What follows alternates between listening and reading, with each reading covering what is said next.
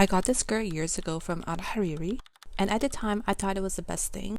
But then my style started to change, and I wasn't a fan of the gathered waist anymore. I've always loved a good A-line skirt, so instead of letting this sit in a closet just catching dust, I decided to transform it into my dream A-line skirt. Now first, I removed the waistband, the zipper, and the straps, which was the easiest part of this process, I have to say. And then I started loosening up the gathers and laid it flat and tried to cut out what I estimated an A-line skirt would be on my measurements. Then I started to sew the sides closed. I went and did a straight stitch on my regular sewing machine, and then I serged the edges of those seams.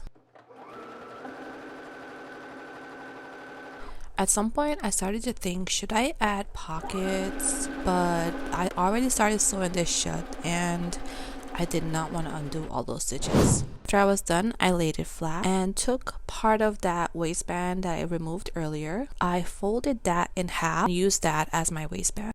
Then I started to pin that in place and stitched it all the way around, closed up the back and added a zipper, and this is how it came out. As usual, I wore a petticoat underneath to give it that little poof, and I wore a top that I made previously along with a turtleneck underneath.